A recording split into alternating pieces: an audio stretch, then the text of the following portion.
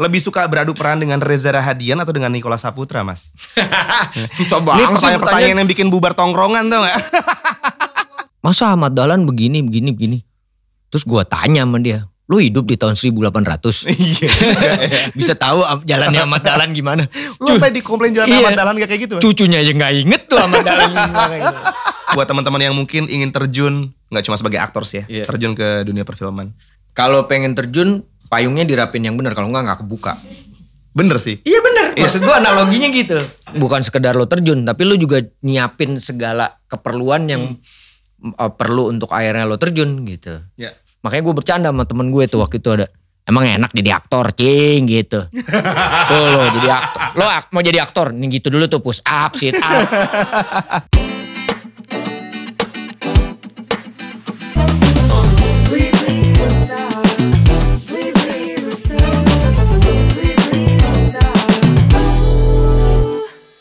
Halo Blibli Friends, welcome to my rooftop, tempat paling pas untuk ngomongin perjalanan sukses hingga mencapai titik puncak.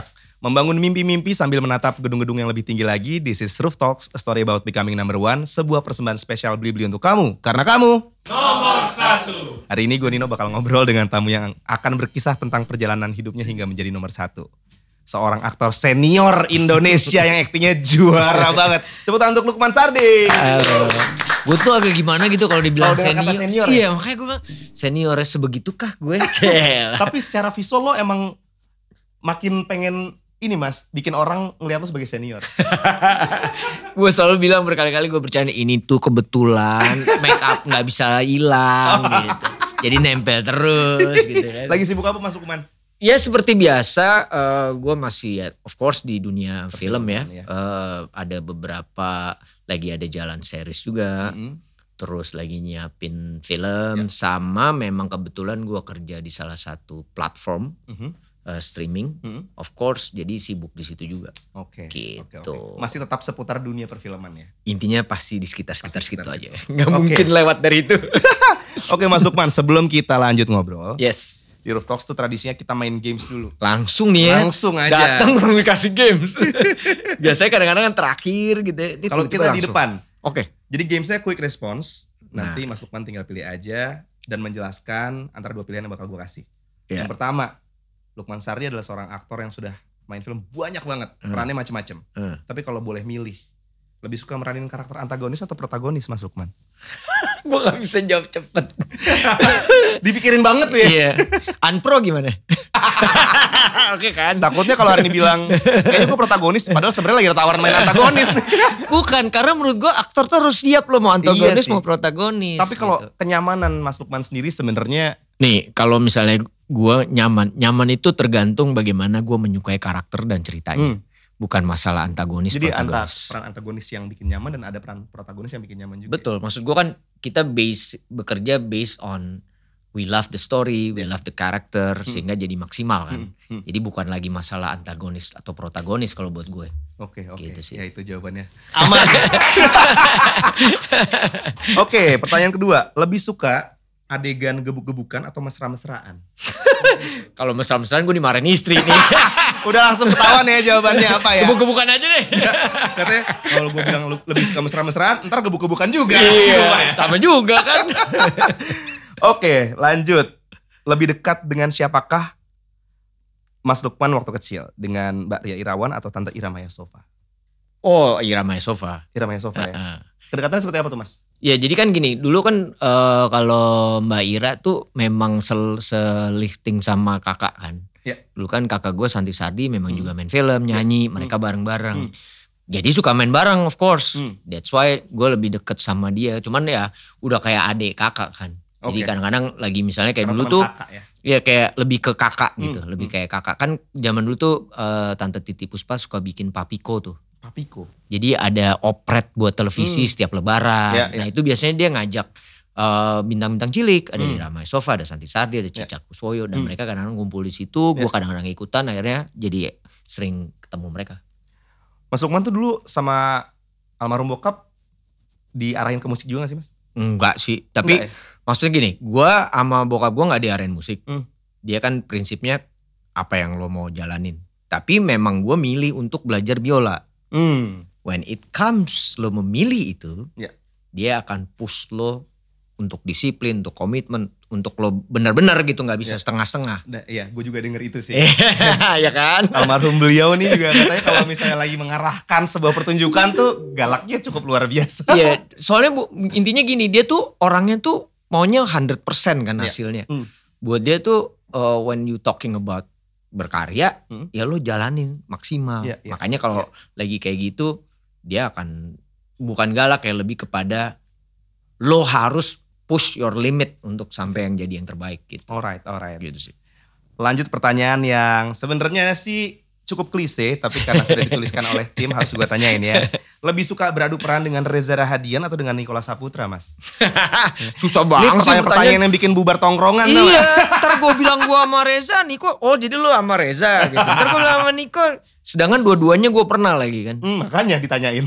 Nah, Reni kayaknya. Nggak digabung. Reza Niko. Gak bisa dijawab ya Mas ya? Gak bisa jawab gue. Berarti pertanyaan berikutnya juga gak bisa dijawab. Waduh, suka beradu peran sama Pian Nasution atau sama Dian Sastro? Nah itu juga Pidi kayaknya. Pidi baik dong. Penulis cerita. Iya. Itu dia Lukman Sardi dan pilihan-pilihannya. Thank you. Malam. Itu sih Mas, ada kiriman paket. Oke. Wish, paket dari mana nih? Dari Blibli dong Mas, pastinya.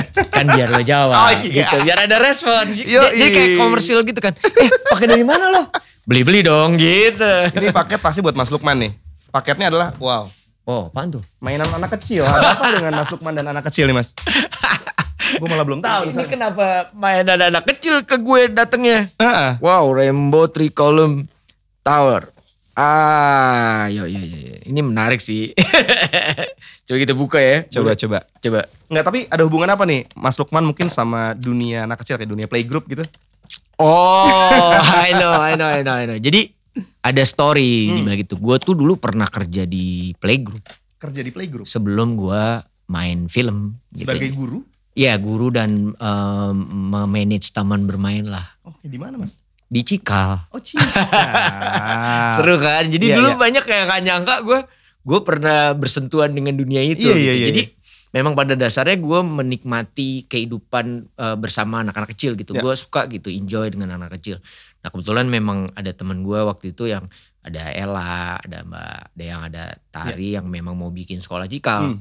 Dan mereka tahu, kebetulan tahu gue suka, dia nge-approach dari Gudang Cikal belum jadi. Tadinya gue bertanggung jawab. Yang di Fatmawati kan? Enggak, yang di Kemang dulu awal-awal. Di Jalan Raya ya? Kemang yang sekarang jadi sekolah New Zealand. Oh di situ. Iya. Oh iya. Karena itu tadinya gue tanggung jawab. Pokoknya lo tanggung jawab dari pengerjaan gedungnya sampai kelar lah. Ngurusin alat-alat bermainnya segala macem. Cuman abis itu ternyata gue ditawarin. Mau gak lo kerja di sini? Terus buat gue ya, wah very interesting nih gitu. Ayo gue kerja gitu. Berapa lama tuh Mas Lukman? 1 tahun. 1 tahun. Lumayan 1 tahun. Mengajar juga di sana. Iya, jadi justru gue banyak tahu tentang anak-anak, pertumbuhan anak-anak tuh justru dari situ. Karena kan Cikal concernnya bukan ngomongin tentang cuman ya udah mendidik anak, tapi psikologinya kan. Dia build secara psikologi karena kayak Ella itu kan memang base-nya dari psikologi gitu. Oke, I see. Ya, itu gitu ya. bisa dibawa pulang beneran. Bener. Ini anak gue ntar yang mainin. Anak gue 3 yang laki-laki itu semua itu. Tapi ini seru loh mainan ini. Bicara soal anak kecil nih Mas Lukman. Yes. Mas Lukman dulu kan sebelum kita kenal sebagai aktor hari ini, jadi aktor cilik juga. Iya bener. Iya kan? Itu dulu ceritanya nyemplung ke dunia acting tuh gimana Mas? Kalau tadi kan biola tuh. Kalau actingnya gimana nyemplungnya? Nah, nyemplungnya sebenarnya sih awalnya nggak sengaja. Jadi kan emang dunia keluarga gue itu di situ-situ aja dengan kan. Seni lah ya. Bokap gue musik, terus kakak gue yang main film duluan. Kakak gue dulu main film sama yang namanya sutradara Wim Umboh. Oke. Film pertamanya tuh Senyum di Pagi Bulan Desember dan ternyata berhasil. Film itu menang di mana-mana, termasuk kakak gue juga dapet penghargaan. Nah waktu itu karena bokap gue itu temenan sama Wim Umboh ini, dia tuh butuh peran kecil anak laki. Gue inget banget gue waktu itu harus jadi anaknya Om Cok Simbara. Wah, Cok Simbara. Ya kan, tahu nggak? Tahu lah. Yang kan? paling inget kumisnya nggak pernah lupa kan? Iya, jangan kesannya dibilang tua banget lo, umur berapa Mas? Gitu. Nggak lucu ntar gue gituin dulu kan. Udah Cok Simbara. Nah dari situ ternyata kayaknya Om Wim tuh ngelihat, wah nih kayaknya oke gitu kan. Akhirnya gue dikasih peran lagi yang lebih besar. judulnya Pengemis dan Tukang Beca. Nah itu gue main sama adik gue tuh Ajeng. Langsung disandingin sama bintang-bintang kayak Christine Hakim, Roy Martin, segala macem lah, you name it. Ada Uli Arta, Diki Zulkarnain, waktu itu Reza tapi belum yang ngetop banget tapi dia udah mulai main. Dan ternyata film itu membawa gue untuk jadi one of the best artis cilik lah di FFI kan. Tapi gue juga gak mikir itu gimana ya. Gue gak ngerti. Gue taunya syuting enak aja seru rame-rame. Seneng-seneng ya. Dan akhirnya gue main di masa kecil itu gue main sekitar 8 film. Abis itu memang film Indonesia juga udah mulai gak jelas kan. Dengan banyak film yang genrenya itu-itu aja. Terus peran buat gue udah mulai banyak gak ada. Akhirnya lebih fokus di sekolah. Dan gue juga gak mikir untuk akhirnya terusan main film tuh sama sekali gak kepikiran. Iya, sebenarnya itu pertanyaan gue berikutnya tadi Mas. Iya. Lo sempet lama vakum. Gue visioner kan, ya. Visioner. Lo mau nanya gue udah tahu. Gue paling susah kalau ketemu bintang tamu visioner. Soalnya di kepala gue sih ada pertanyaan itu ya kan. Tapi apakah salah satu alasannya juga karena waktu itu dunia peran tuh belum memanggil-manggil gitu? Lukman. Iya, maksudnya kalau emang udah nyaman, keadaannya apapun kan biasanya kan ya udahlah. Ya karena kan waktu itu gini loh, maksud gue as a anak kecil ya waktu itu, gue belum berpikir bahwa ini bakal jadi karir gitu. Cuman memang I'm happy gitu ada di situ, gue bisa main film segala macem dan segala macem. Tapi gue nggak kepikiran untuk wah lo bintang film cilik ya, enggak. Karena kebetulan bokap juga mendidiknya tuh nggak kayak gitu. Dia mendidik gue.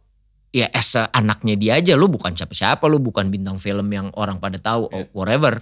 Jadi when it comes film Indonesia sempat ngalamin yang isinya film esek-esek, nggak mungkin kan anak kecil main film esek-esek ya. Jadi kecuali jadi hasil dari kecuali jadi hasilnya. Setelah berapa belas tahun anaknya lahir. Nongol.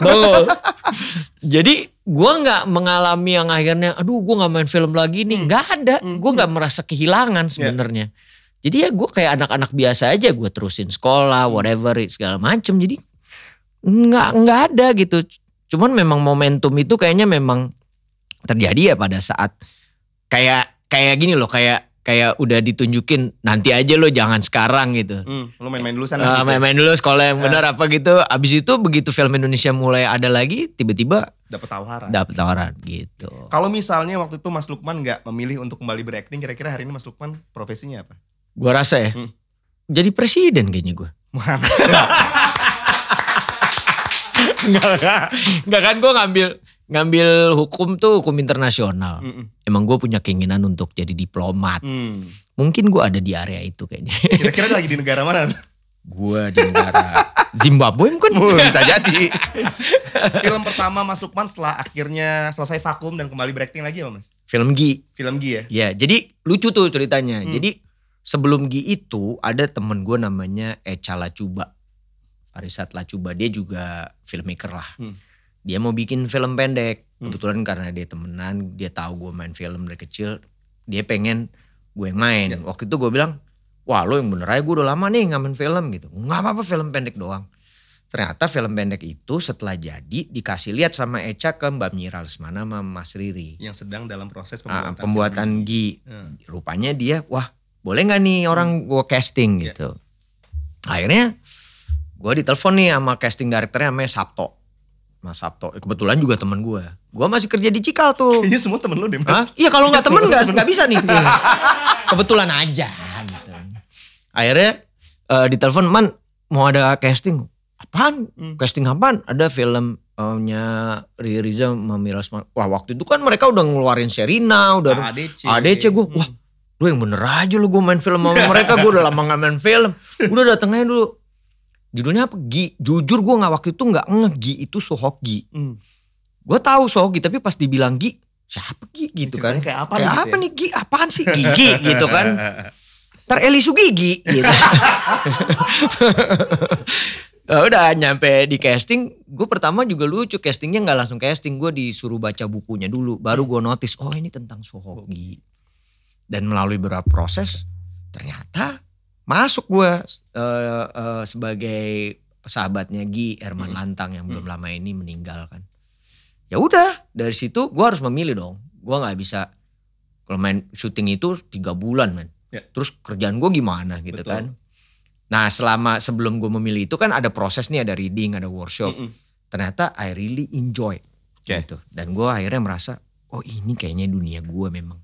Pada saat tawaran itu datang, Mas Lukman lagi dalam profesi apa? Ya itu di Cikal itu. Oh di Cikal itu masih ya? di Cikal. Oh, makanya that's why cuma setahun ya? Iya that's why cuma setahun. Iya. Suruh main ya. Nah, udah akhirnya gue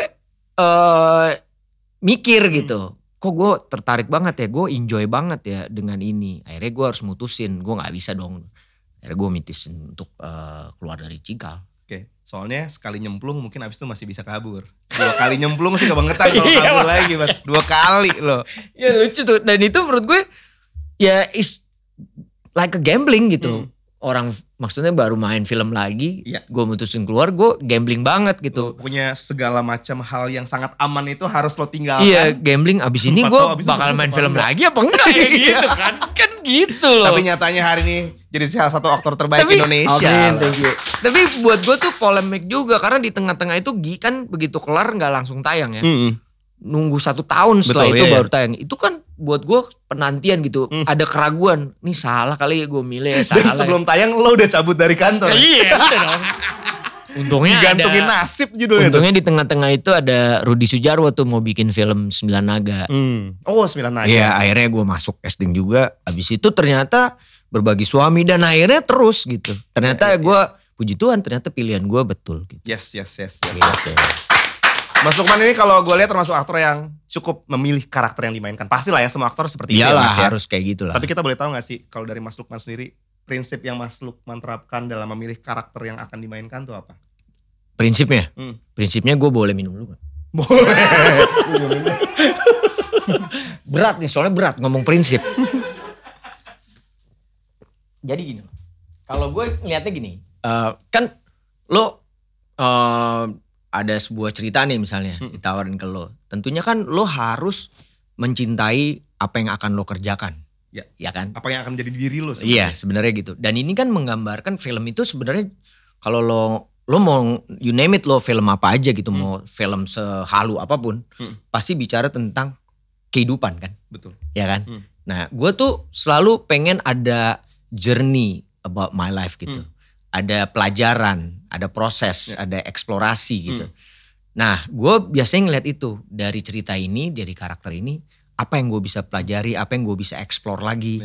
Untuk gue bisa belajar ini, belajar itu. Nah itu biasanya kayak gitu. Gue ngeliatnya kayak gitu. Berarti proses how to get into the character. Iya, of course gue harus suka dulu sama cerita dan karakternya. Dari situ gue tentu dengan gue suka, gue tahu nih potensi gue untuk bisa belajar dari film ini dan cerita ini. Eksplorasi ini. Jadi tujuan gue tuh menambah sesuatu dalam hidup gue. Bukan kayak misalnya bukan target kalau gue main film. Dengan film ini pasti gue dapet piala. Nah gak gitu. Not the achievement ya. Not the achievement. Itu kalau buat gue tuh award tuh is a bonus gitu. Lo melakukan sesuatu yang bagus dan baik. Kayak misalnya lo dimana tiba-tiba ada orang lihat. Wah lo bagus nih gue kasih bonus ya. Nah itu is a motivation buat kita. Betul. Ya kan kayak gitu. Oke jadi bukan achievement tapi value-nya ya Mas. Value-nya. Bisa lo dapetin apa dari karakter tersebut. Nah dari sekian banyak karakter yang sudah pernah dimainkan. Ini pertanyaannya klise banget tapi selalu menarik buat ditanyakan. Karakter yang paling menantang tuh pas meranin tokoh apa sih Mas? Gua tantang loh. Kan menantang. Iya. Kalau menantang berarti adegannya lu gua tantang lu. Sebenarnya ini pertanyaan juga yang selalu gue jawab bahwa gue sulit sekali untuk ngejawab ini. Karena tadi berhubungan dengan yang tadi. Setiap karakter yang gue mainin pasti ada challenge-nya gitu. Dan ini kan karakter-karakter yang notabene sebenarnya di luar dari kehidupan gue kan. Ya mungkin ada yang sedikit sama. Tapi kan not the old. Nggak 100% itu 100% sama. Gue harus masuk ke dunia baru atau orang baru. Jadi buat gue akan selalu punya challenge yang berbeda. Makanya gue selalu sulit kalau ditanya mana yang paling menantang. Tapi dari sisi prosesnya mungkin iya gitu. Kayak misalnya kalau lo ngomong let's say recto verso misalnya. Kan gue meranin autis ya. Autism itu kan harus dipelajari ya. Bukan sesuatu yang sifatnya lo cuman ngelihat oh autis kayak gini gitu. Kan bukan ini cuma gestur. Iya ini kan ngomongin tentang believability kan. Dan lo gak boleh salah gambarin itu. Riset lo gimana tuh Mas waktu itu? Ya of course gue baca buku-buku tentang autism. Satu. Terus kedua kan di buku ini kan yang malaikat juga tahu, Di kan menulis berdasarkan karakter yang memang ada. Betul. Ya kan, abang itu sendiri. Dan itu abang itu kan tinggalnya di Bandung. Jadi ya gue ke Bandung lah ketemu abang berapa hari bersama abang gitu. Bener-bener. Iya, jadi gue ngikutin kesehariannya dia. Nah abang itu kan punya adik yang paling kecil yang autismnya beda. Kalau abang kan gak bisa komunikasi. Kalau adiknya yang paling kecil ini masih bisa main musik, masih bisa. Ya lu tau kan dia punya kenal Ari kan. Ari kan yang suka bikinin lagu dan segala macam. Jadi gue ngikutin gitu proses itu. Dan karakter abang ini kan gabungan yang ada di film, gabungan antara si abang sama si adiknya abang ini. Karena dia masih bisa berkomunikasi. Itu menurut gue bukan sekedar challenge, tapi gue merasakan bagaimana struggle-nya tapi dihadapi dengan optimis si ibunya dari si abang ini. Keren. Ya kan, karakter ibunya tuh menurut gue, wah ini inspirasi banget sih. Dia punya anak 2 autis, 1 yang punya masalah tulang. Ya kan akhirnya meninggal di usia berapa. Terus suaminya Alzheimer. Tapi dia tetap optimis, dia tetap jalanin. Menurut gue tuh gue merinding. Maksud gue, wah itu buat gue tuh pengalaman yang luar biasa. Dari hanya gue harus meranin satu karakter, tapi gue belajar banyak. Nah itu poin yang luar biasa banget. Balik ke omongan lo sebelumnya ya. Iya betul. Kan tadi kan gak cuma sekedar cari peran yang menantang, tapi lo bisa dapat apa tuh itu dari dia tersebut. Maksud gue. Pertanyaan berikutnya udah kejawab lagi. Visioner. Jadi bingung nih mau nanya apa. Nggak, tapi itu berarti menjadi peran yang paling membawa value juga untuk lo. Iya itu value. Rata-rata memang peran yang gue iniin tuh punya value gitu. Kayak misalnya lo ngomong gue sebagai bapak di 27 Steps of May gitu. Value-nya adalah bagaimana lo melihat bagus banget. Kekerasan seksual gitu. Dan itu it happen di Indonesia, bahkan di dunia tuh banyak banget ngomong kekerasan seksual. Dan untuk kekerasan seksual itu kan ternyata banyak sekali proses yang gak adil terhadap korban. Dan yang gue pelajari bahwa adalah ternyata begitu besar impactnya yang orang banyak gak tahu. Bukan hanya kepada korbannya, tapi terhadap keluarganya juga. Jadi itu impactnya bukan satu orang loh. Kalau misalnya di keluarganya ada berapa orang, sekeluarga itu jadi korban. Semua, korban semua. Dari satu perbuatan orang yang menurut gue kurang ajar yang minta ampun, akhirnya bisa efek kemana-mana. Dan itu sampai sekarang belum bisa dikeluarkan dalam bentuk undang-undang yang sah. Gitu. Itu kan gila menurut gue. Iya. Tapi ya moga-moga film itu dibuat dan makin bikin orang semakin sadar ya bahwa hal tersebut perlu banget. Nah, itu gue punya pengalaman. Kadang-kadang tuh karakter punya pengalaman yang unik. Dari 27 Steps of May gitu ada orang abis nonton 27 of May gitu dia cuman dia tiba-tiba nyamperin gue. Gue cuman mau meluk lo as a bapak. Gue langsung dia blok gitu. Oke, thank you. Itu kan pengalaman yang buat gue tuh itu udah jauh lebih tinggi amazing gitu lo dibanding pujian acting lo bagus gitu mas. Itu udah lebih dari itu. Bagaimana orang merespon karya lo dengan kayak gitu, berarti kan istilahnya secara apa yang gue lakukan bisa memberikan sesuatu buat dia gitu, value buat dia. Impactful. Iya gitu. Mantep.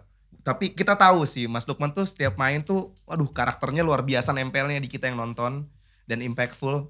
Tapi namanya juga dunia seni pasti akan ada kritik juga Mas. Pastilah. Kalau gak dikritik mah lo gak maju-maju. Kalau sepanjang lo berakting, tokoh mana yang menurut lo paling sering mendapatkan masukan dari orang? Yang mungkin orang ada bumbu-bumbu kritiknya gitu Mas Lukman.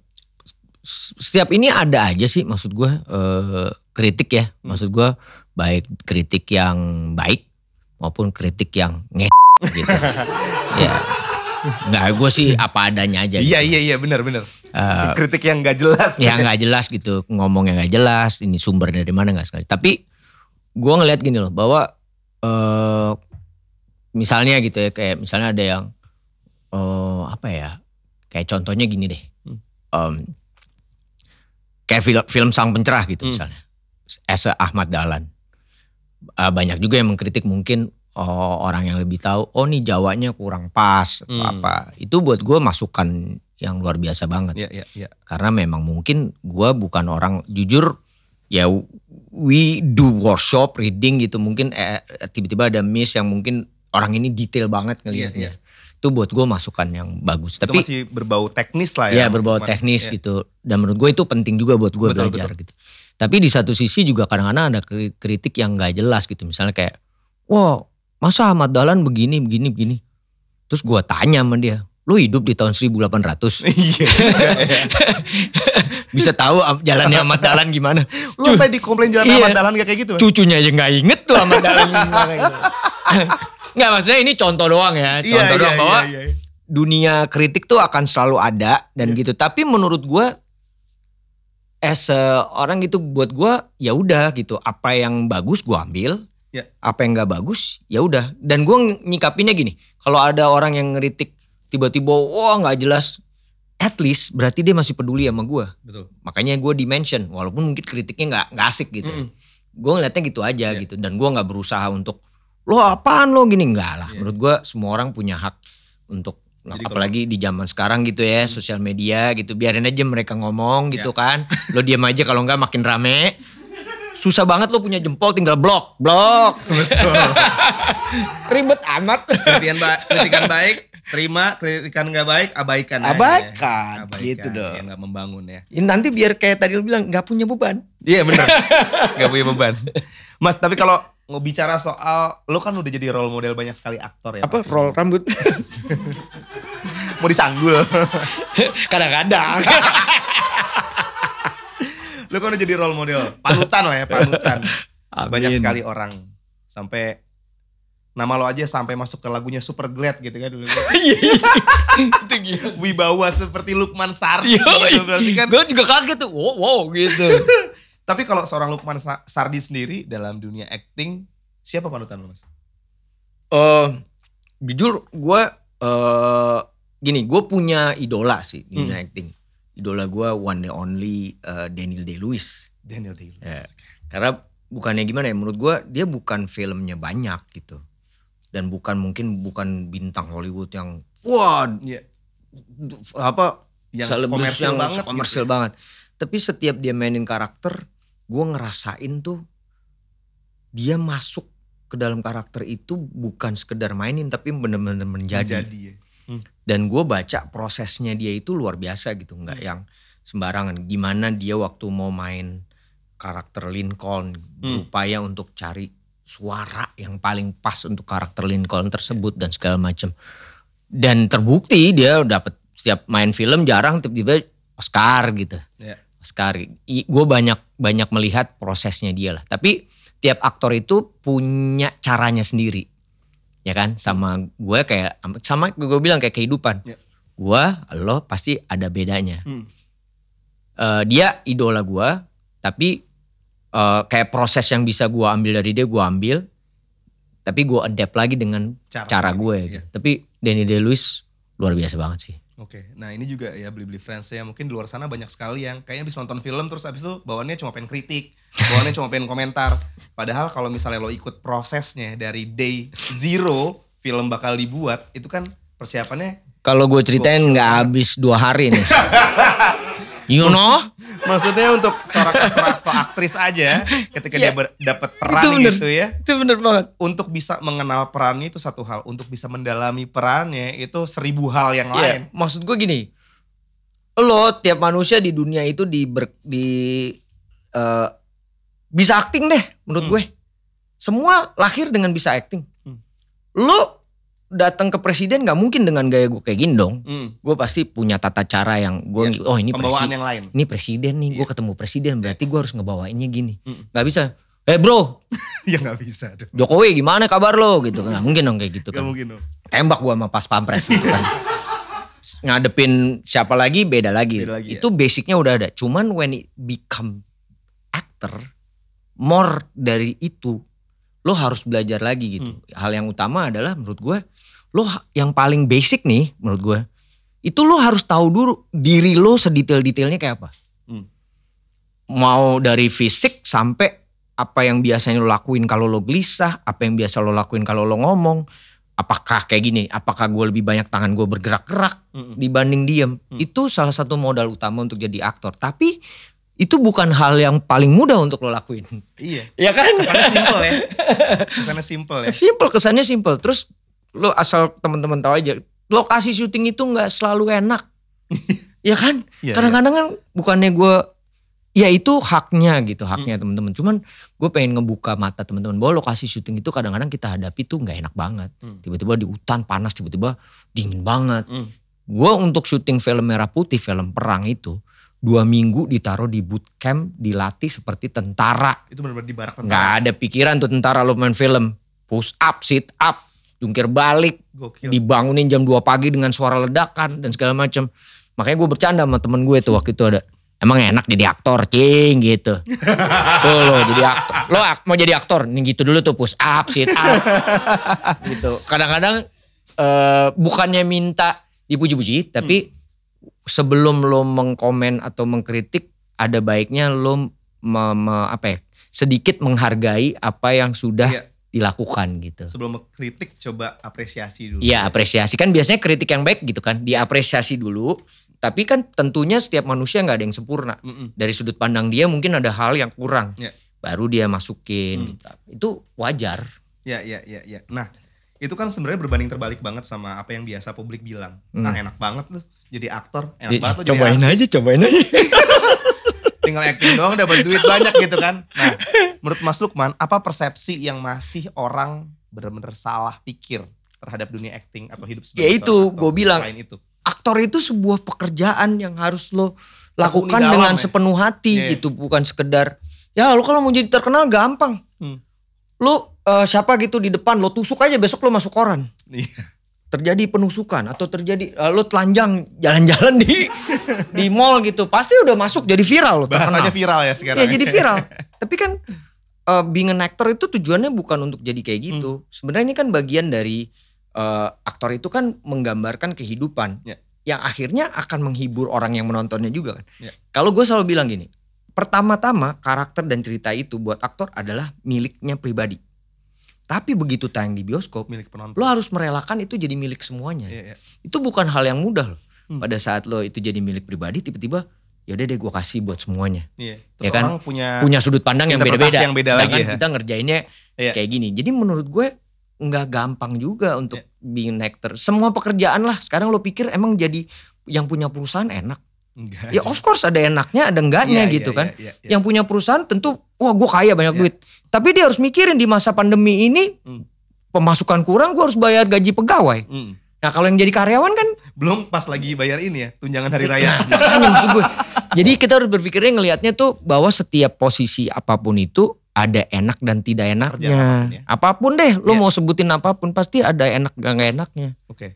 Ini Mas Lukman hari ini datang, nih ya pokoknya kan ceritanya kan udah malam nih ya. Emang bener, wow. udah malam. Gelap ya. Nah. Bintang-bintang di sana. Actingnya resep ya. Tapi memang sudah malam hari ini. Betul. Padahal kita tahu tadi Mas Lukman sendiri cerita filmnya banyak banget ya kan. Terus abis itu juga masih kerja untuk sebuah platform. Iya. Ntar lagi Paranoia tuh udah tayang belum ya? Tanggal 11 November tayangnya. Oke, berarti saat ini kita bicara Paranoia masih dalam proses akan tayang. Iya. Gimana bagi waktunya sih Mas? Itu pertanyaan banyak banget ke gue gitu sih. Iya. Gimana bagi waktunya? Kan produksi lama Mas setiap. Iya. Gue tuh bisa bagi-bagi badan gue sebenarnya. Lo amuba ya Mas? Iya. Bisa membelah diri. Nih gue taruh dulu ke sana, cung gitu kan. Tentil lagi ke sana, cung gitu. Tadinya awalnya menurut gue kayaknya bakalan sulit sih. Tapi balik lagi yaitu pada saat lo punya komitmen, lo punya tanggung jawab, pasti itu akan terselesaikan. Tapi gini, kita bisa punya komitmen, tapi yang namanya badan gak bisa bohong Mas. Kadang-kadang that's why. Maksud gue kan lo yang tahu badan lo kayak apa kan. Lo harus juga misalnya mikirin juga jam tidur, vitamin, makan yang bener. Kalau gue sih ngelihatnya gitu ya. Maksudnya bukan harus yang terus lo olahraga gila-gilaan. Yang penting kan selama misalnya lo punya waktu kerja itu lo jangan telat makan. Kalau gue konsepnya gitu. Jangan telat makan. Apa yang mesti vitamin lo minum di pagi, minum gitu. Gue kan juga selalu menjaga ya gitu. Jadi kayak ini rutinitas gue ya. Gue kalau bangun pagi yang gue minum pertama air lemon anget. Abis itu 2 gelas air putih anget. Abis itu baru gue ngopi. Nah kalau Anda mau jadi Lukman Sardi silakan dipraktekkan setiap pagi ya. Baru gue ngopi.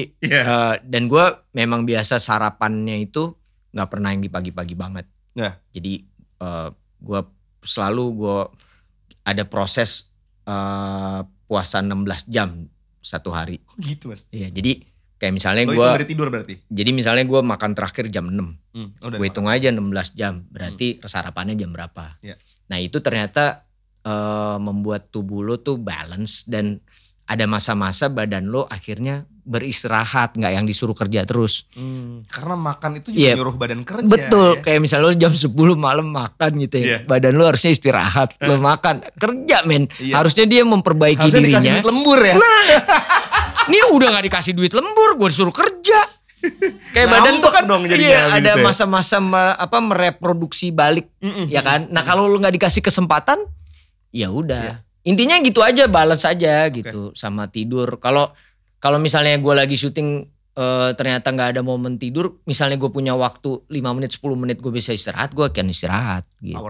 Power nap aja gitu. Tapi kalau misalnya syuting kan sering banget mas, selesai kayak jam berapa ya? Jam 7 pagi gitu misalnya, emang lagi scene panjang banget gitu. Itu lo jadiin utang istirahat. Habis itu lo tidur lebih panjang gitu. Maksudnya startnya jam 7 pagi atau? Selesainya. Buset. Zaman sekarang tapi udah gak ada kayak gitu. Udah kayak gitu. Itu mungkin zaman dulu. Tapi kalau zaman sekarang rata-rata mereka syutingnya sehat.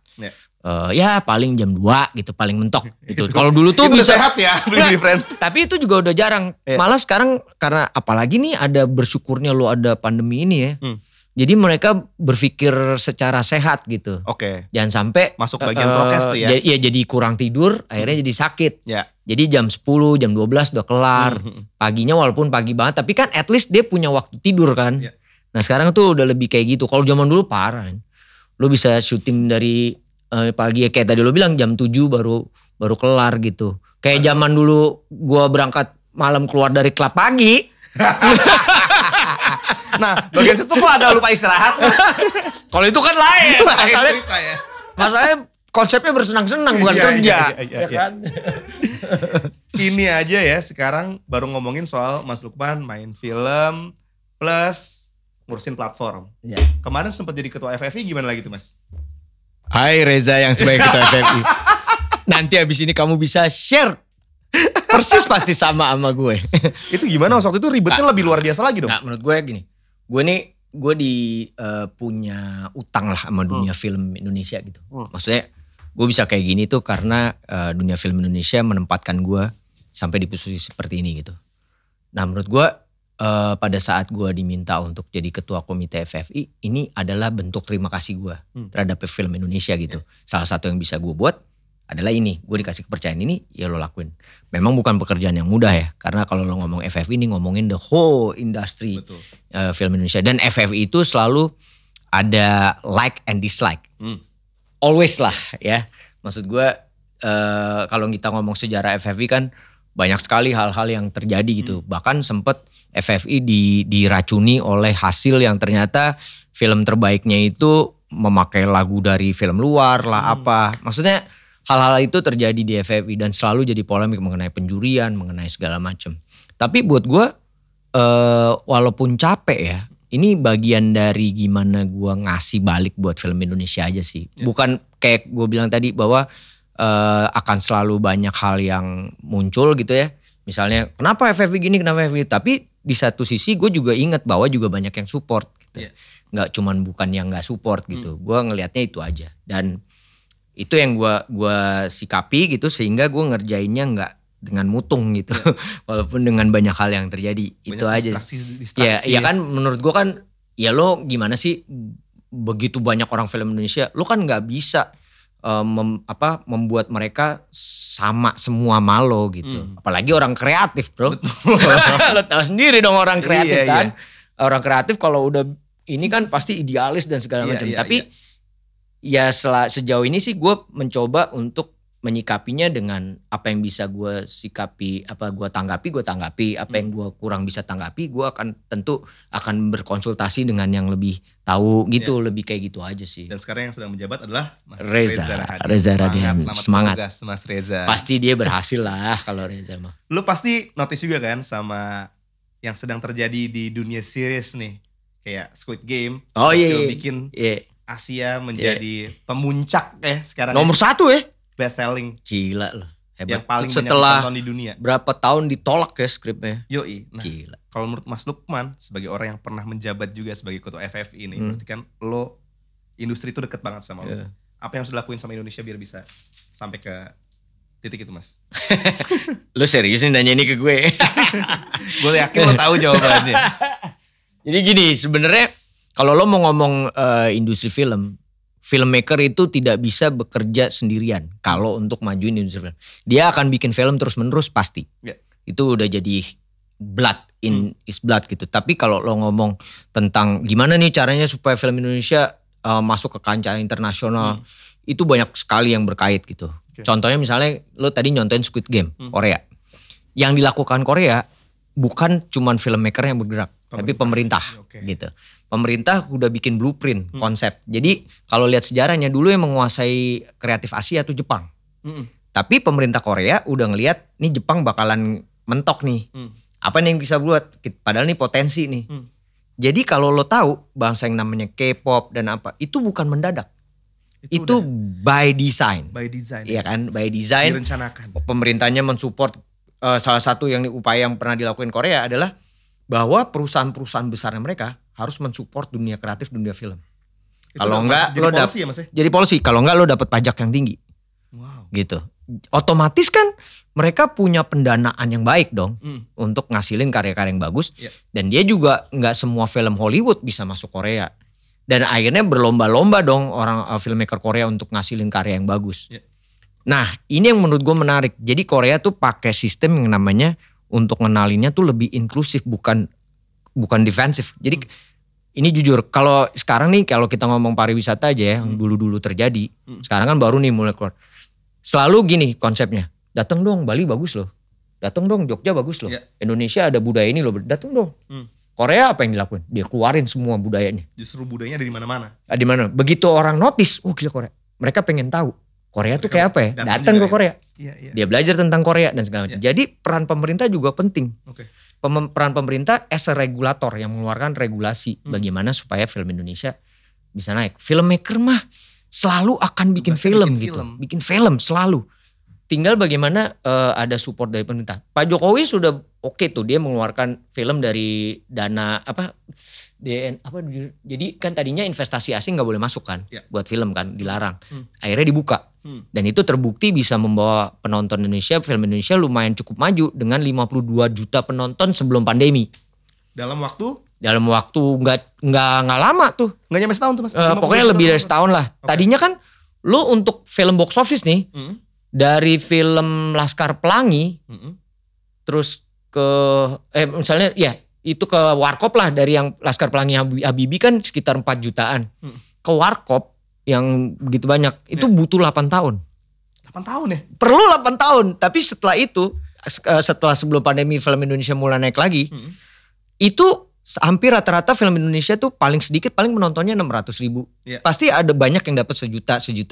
Makanya 52 juta penonton. Cuman kita dihajar nih sama pandemi kan. Iya. Sebenarnya kan udah nih, tinggal menguatkan lagi lah. Maksud gue bilang tadi bagaimana program pemerintah supaya bikinin blueprint yang jelas lah untuk kedepannya kayak apa. Nanti of course. Nah sekarang kan sebenarnya luar biasa nih. Ada film seperti Dendam Rindu Harus Bayar Tuntas. Festival, kan? Itu kan bisa jadi menang di Locarno. Nah tapi mungkin karena dianggap wah ini film festival banget. Secara media juga tidak expose itu secara komersial. Expose itu secara gede-gedean gitu kan. Padahal kan ini bagian dari bawa nama Indonesia juga.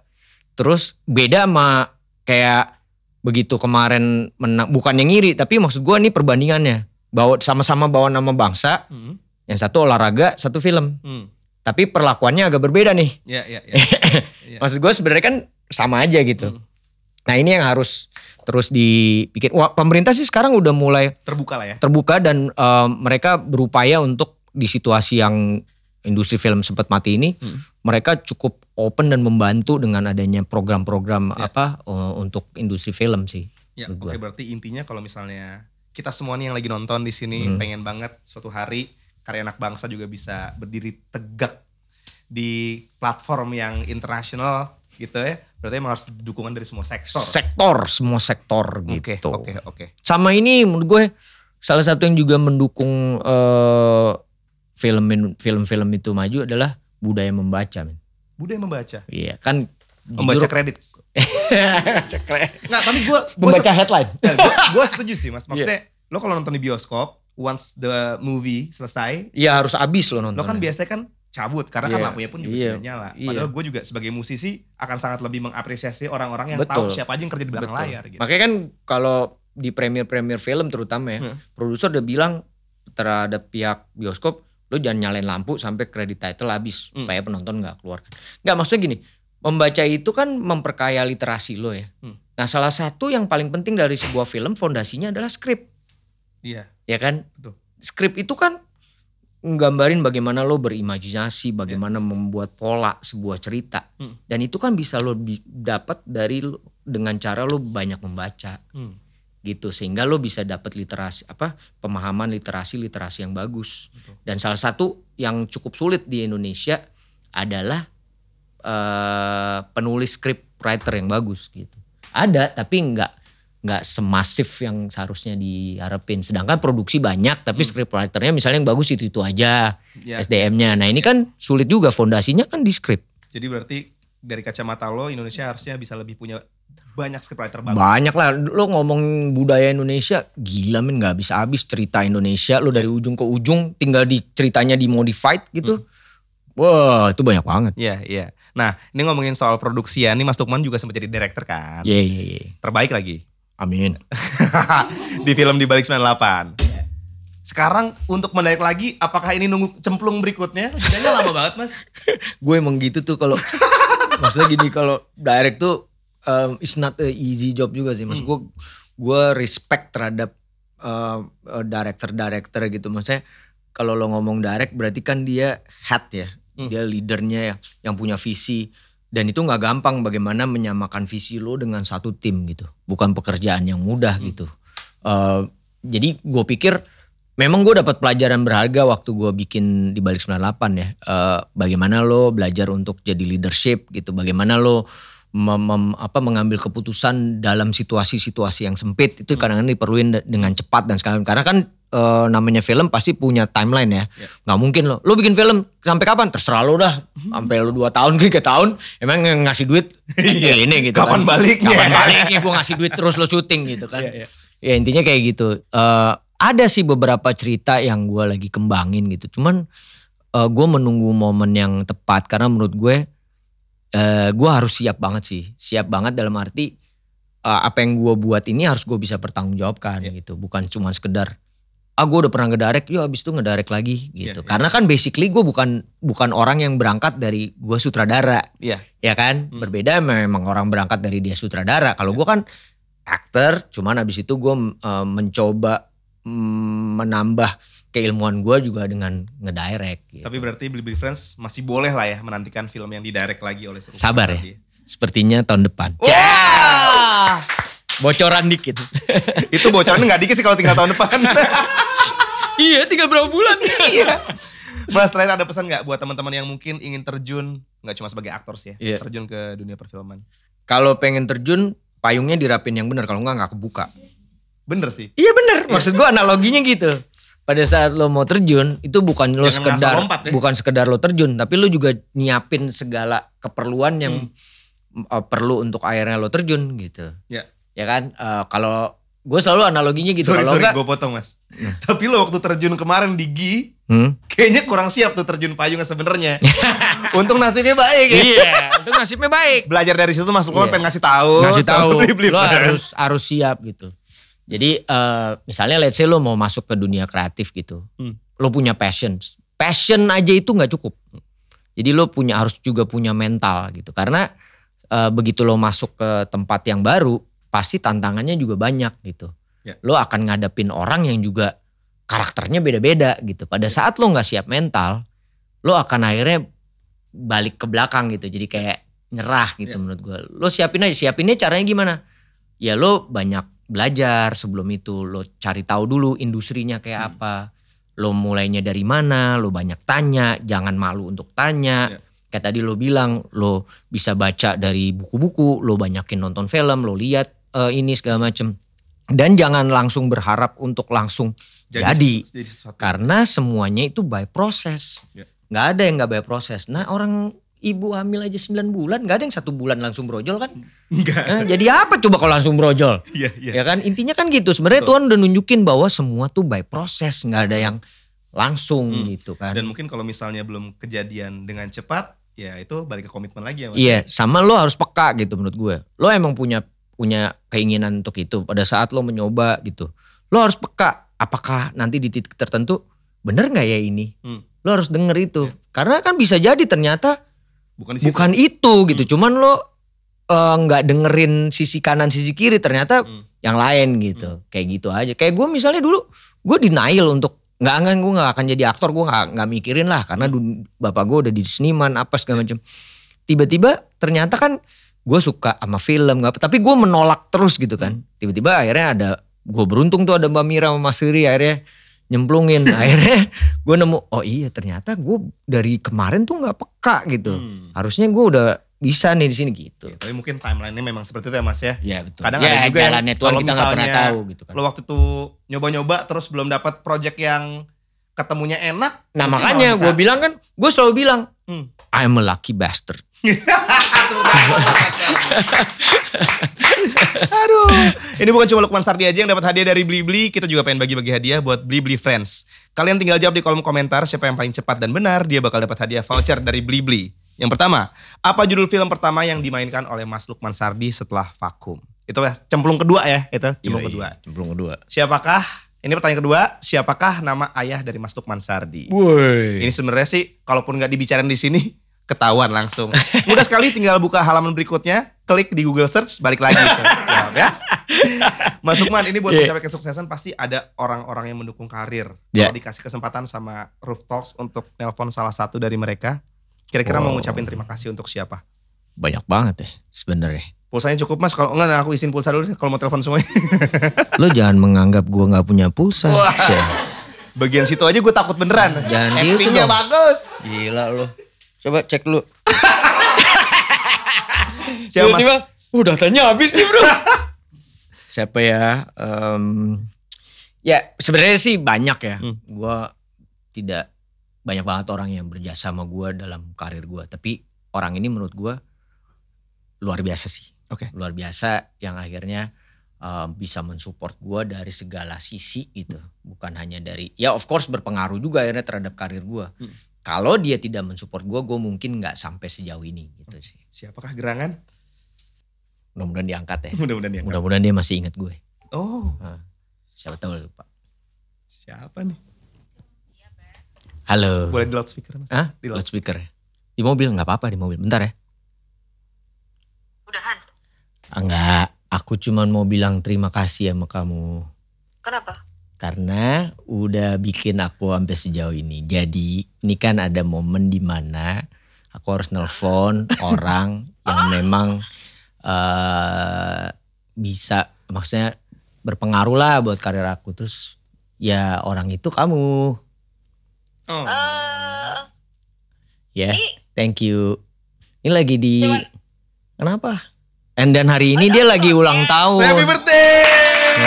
Wah, bukannya makan malam bareng malah kita tarik ke sini. Iya. Dia lagi ulang tahun. Happy birthday and thank you for everything. I love you. I love you too. Bye bye. Enggak ada. Tepuk tangan. Oh, jadi abis dari sini emang ada rencana makan malam? Enggak sih. Belum ada sih. Gue lagi nyari momen aja. Tapi bakalan ada. Cuman hari ini memang lumayan padat kan. Gue juga. Dia kan kerja juga ya. Jadi waktunya memang kita ntar ada waktu sendiri lah. Maaf ya Mas. Mungkin karena kita. Enggak. Harusnya ada jam kosong nih buat makan. Enggak ada urusan juga. Maksud gue. Toh juga kan. Perjalanan gue kesini gak terlalu jauh gitu. Jadi gue bisa maintain gitu. Itu tadi Mbak Lia berarti ya? Iya. Oke, tepuk tangan buat Mbak Lia. Alright. Kalau di Roof Talks tradisi, ini sudah jadi tradisi. Kita punya yang namanya number one card. Kita sudah merangkai sebuah kalimat-kalimat untuk Mas Lukman. Tapi harus dinyanyiin. Jadi kan dinyanyiin laki. Tapi untung lo yang nyanyi ya. Oke yuk, siap ya. Siap. Moga-moga berkenan ya Mas kata-katanya yuk. Oke. Dia jagoan depan kamera, pribadi hebat yang sederhana. Oh Lukman Sardi. Pembawaannya penuh wibawa. Kayak lagu Super Glad. Selalu sayang keluarganya. Terbukti ya. Oh siapa? Lukman Sardi. Walaupun ketukannya salah tapi gak apa-apa. Dia kebanggaan Indonesia. Semua peran dia bisa. Amin. Teruslah berkarya, kau kan selalu di hati. Asik. Belum selesai. Belum kelar ya? Tokoh perfilman Indonesia, namanya akan harum berjaya. Siapa ketukan yang benar? Hap. Aduh. Sekali lagi. 1, 2, 3, go. Masih salah tapi gak apa-apa ya Mas ya, maafin. Tuh kalau ada bokap gue udah diteriakin. Ini cuma masalah ketukan loh guys. Thank you Mas Lukman sudah hadir di Sama-sama, Rooftop. gue juga thank you banget udah diundang sini ngobrol-ngobrol seru. Dapat mainan. Dapat kopi. But I really enjoy it. Thank you banget Mas. Moga-moga sesi ini berkesan juga buat Mas Lukman. Dan pastinya moga-moga ini berkesan juga buat Blibli Friends. Karena kamu Nomor 1. Oke. buat Blibli Friends, nantikan lagi Roof Talks episode berikutnya dengan tamu-tamu yang punya story about becoming number one. Saya Nino dan Lukman Sardi pamit. Sampai jumpa di episode berikutnya. Bye-bye. See you. Take care.